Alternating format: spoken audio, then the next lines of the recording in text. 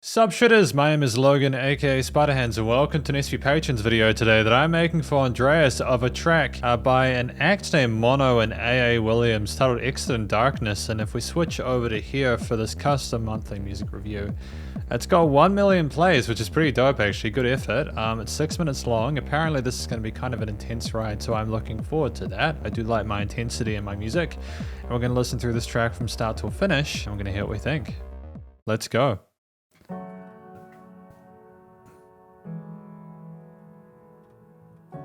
Those reverb chains on the piano with these simple sort of extent chords are just phenomenal. Makes you wonder how big we're going to go with it. Fairly palatable chord progression. How long have I been underneath the weight of all? That vocal technique is impressive. Getting those really quiet vibratos in there. You can hear the click of the tongue. That's some solid audio quality there. For all my life, I've been the one who abandoned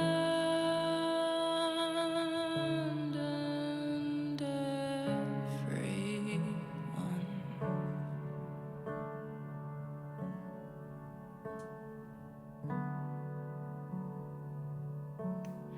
But I need you to know you make me whole. It doesn't sound like a very happy love song, does it? I can't let you be alone. Beautiful resolution with that legato section there. And it's got some Strymon guitars, man. Some heavily filtered guitar parts there. A huge bass resonance there, which is more than welcome. I'm assuming those might be strings or a bass string kind of thing. Damn, dude. How long have you been hiding there in all the shade and all the anti-air? I could have sworn And just having the drums come in like this is sensational. The power behind it. The intensity of it. How they cut through the mix.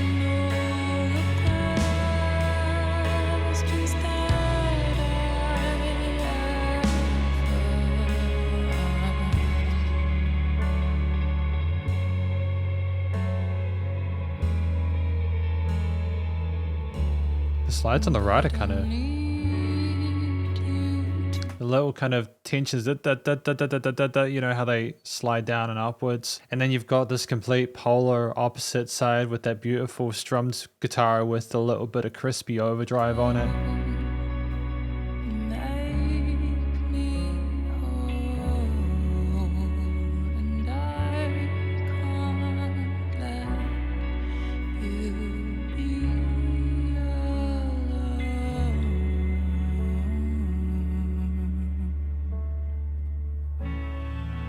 Oh, the major lift.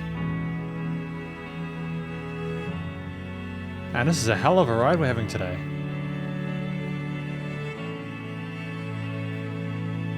Wasn't expecting this positive sort of shift here harmonically.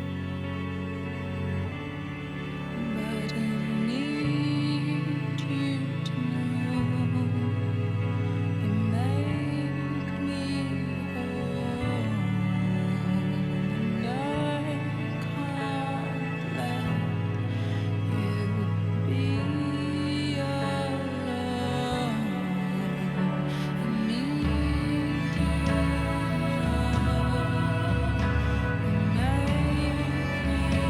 It's fantastic to hear her in a higher range on the sides there. A great, sort of a reinforcement of the main theme there. Lots of color and width to it. There's power to it.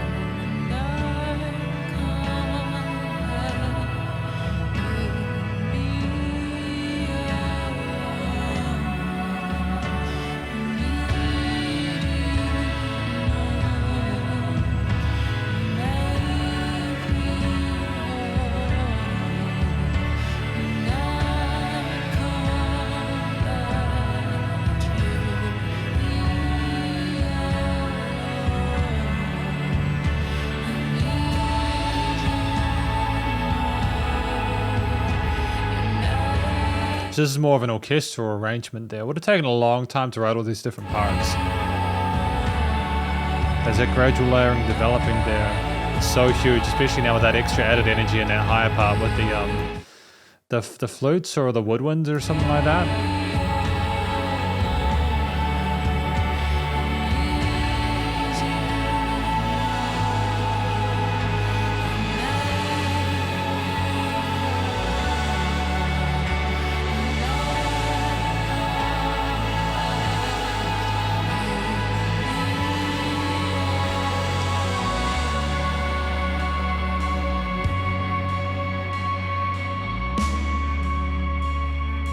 And that slow 8th note halftime groove with the drums to finish off.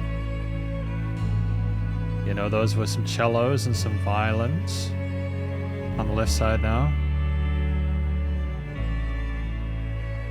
A repetition of the vocal motif here in the string section.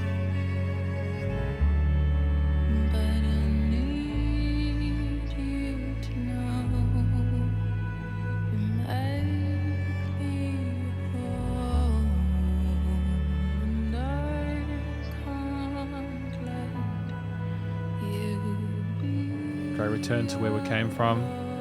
It's like a big old bell curve dynamically, you know?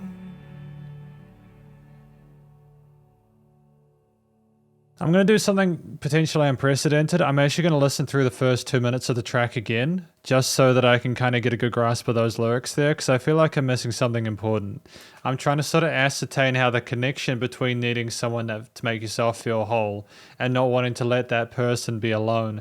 I'm trying to figure out how that sort of implicates the exiting in darkness. So I'll just be a second and we'll get into the conclusion. So this is the conclusion of my review. So I had to listen through the first couple of verses in addition to the hook line. I think I was so taken aback by all of the sort of orchestral musical sections that I was kind of gambling. I mean, I was listening to the lyrics, but I was kind of gambling I'd be able to get more of a feel of the track from having that hook line being repeated. But the hook line is sort of vague enough to allow it to be a little bit too sort of obvious, if that makes sense. There's a lot of nuance that comes in earlier on, and that minor section that we had at the start about the person carrying the weight of the world under their shoulders, struggling with that. I'm feeling like they've been abandoned by someone else, as if they had to sort of like cope all on their own. And they're trying to find, later in that second verse, they're trying to find that other person, that other half, so that they don't have to struggle as much. And I think as we go along, it becomes more of a case of, you know, like, I need you now to feel whole and I don't want you to be alone. I think there's like an understanding of the emotional nuance there. These are some complicated characters within this story.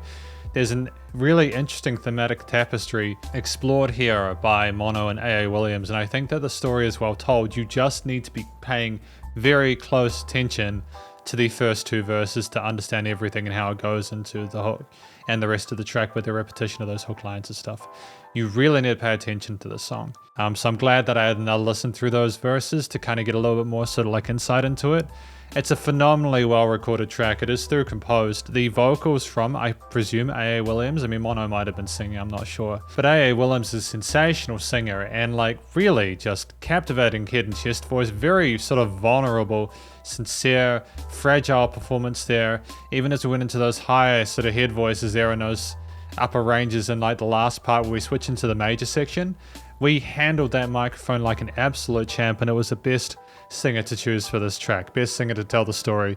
You really believe that that person is carrying the world on their shoulders, that they're struggling, and you believe as they continue to call out further and further throughout the track that they need that additional support, that they really need that other person to feel whole. And I like the fact that it takes a major turn harmonically, because this track, if we look beyond simply the beauty of the vocals, not only the main vocals, but also the additional sort of takes and the higher ranges and stuff and the harmonies there, which is sensational. But if you look at the actual arrangement, how the track is structured, you have sort of two main concepts. You have the sadness at the beginning with the person coming out from underneath the weight, from being submerged. And then you have them realize how much they need that other person, sort of things become more hopeful, as if they imagine a better future with them, making their life, again, like complete.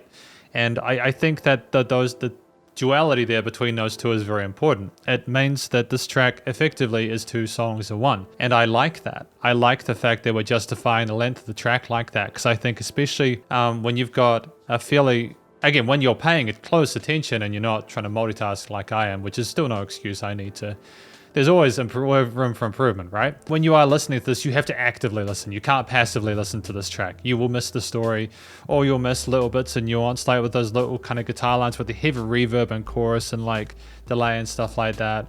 And you know, like the strings as well, that really intense sort of cello or whatever it is in the bass area is just so prominent and so full sounding, and it has this ominous tone to it that really kind of makes you feel a sense of dread to sort of be able to empathize or sympathize with the person singing, as if you want to relate to their story even though there's no possible way you could. I think that genuinely we have a musician here who when they wrote the story and split it into two, they have a fundamental understanding of both composition and music theory.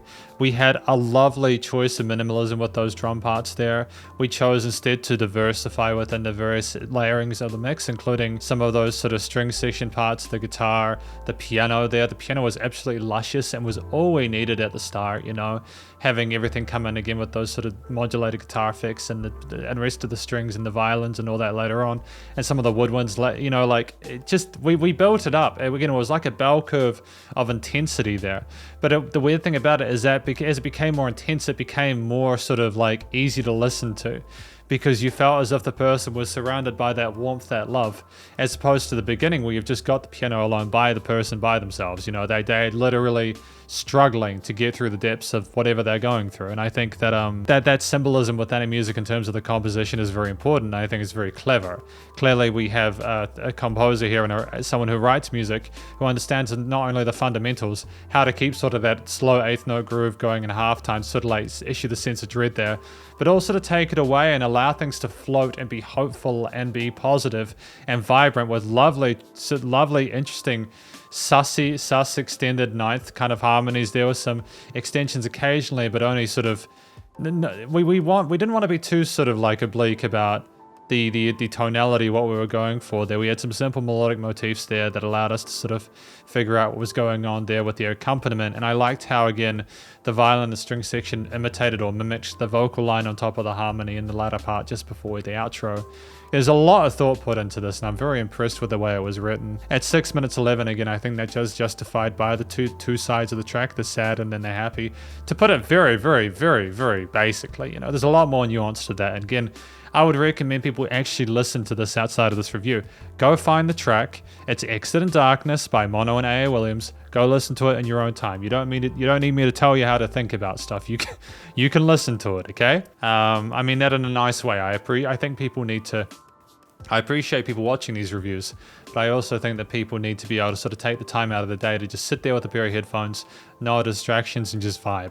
You know, just vibe. What do I think about the rest of the track in regards to like the performances were absolutely spotless. There was not a note out of place. I think even if there was a sense of minimalism with the individual instruments and how they were played, the way they were structured and layered together was so pretty.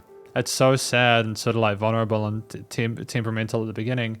But no, temperamental is in like that. It's very moody, you know. But later on, it becomes sort of more mid and high focused, with interesting sort of reiterations of the main sort of themes there. And again, that harmony shift there, going to a more hopeful sort of direction there. It's beautiful. Everything works together very well. Great sense of oral cohesion there.